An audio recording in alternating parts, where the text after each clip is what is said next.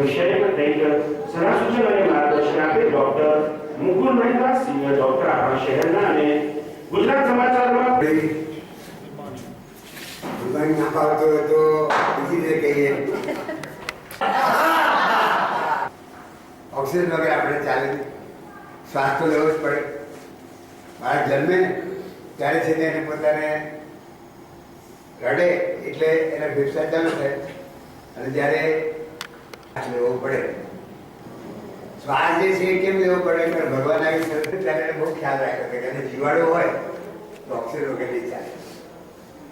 ખાધવર માણસો જૈન મુનિઓ જીવ ધારા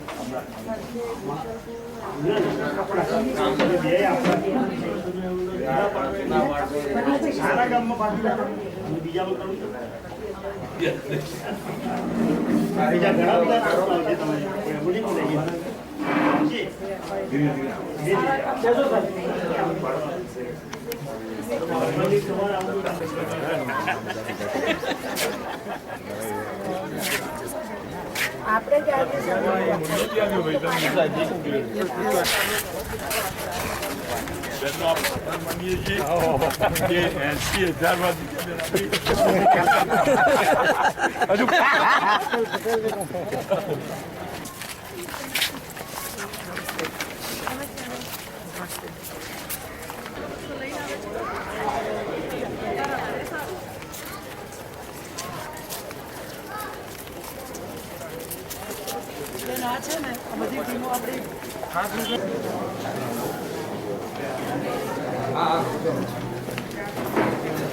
અને જિલ્લા પંચાયત અમદાવાદ જિલ્લા પંચાયત શિક્ષણ સમિતિના ચેરમેન શ્રી હર્ષદગીરી ગોસ્વામી સાહેબ આપ સૌનું તહે દિલથી હાર્દિક સ્વાગત.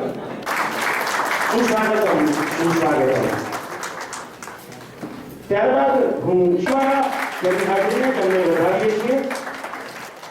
તાલુકા ગણરાજ દ્વારા આ ધન્ય ક્ષણને વધાવીએ છીએ.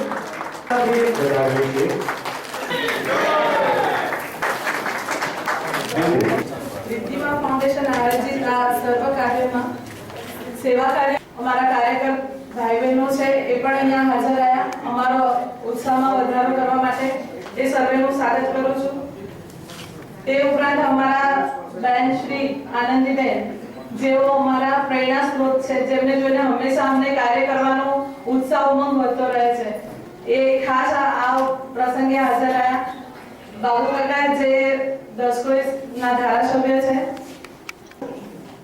એમના પત્ની શ્રી દર્શિનીબેન તથા તુલિપ સ્કૂલનો સહયોગ જો ના હોત તો આ કાર્યક્રમ પોસિબલ જ ના બને એવા શ્રી સિદ્ધર સાહેબ, શિક્ષણ ચેરમેન શ્રી મીનાક્ષીબેન સર્વે ઉપસ્થિત રહ્યા અને અમારો ઉત્સાહમાં વધારો કર્યો, જેનો અમને ખૂબ આનંદ છે. સૌનો આભાર માનું છું. ભારત માતા કી આપણે એક જોરદાર જયઘોષ સાથે તમને વધાવીએ છીએ. ભારત માતા કી વંદે. અમદાવાદ શહેરના મેયર બેન શ્રી મીનાક્ષીબેન, અમારા સાથી ધારાસભ્ય ભાઈ શ્રી બાબુભાઈ, શિક્ષણ સમિતિના ચેરમેન શ્રી હર્ષદગીરી, બધા ડોક્ટર શ્રીઓ, મંચ ઉપર બિરાજમાન અને તો મહાનુભાવો, જેમણે આજનો પૂરો રવિવાર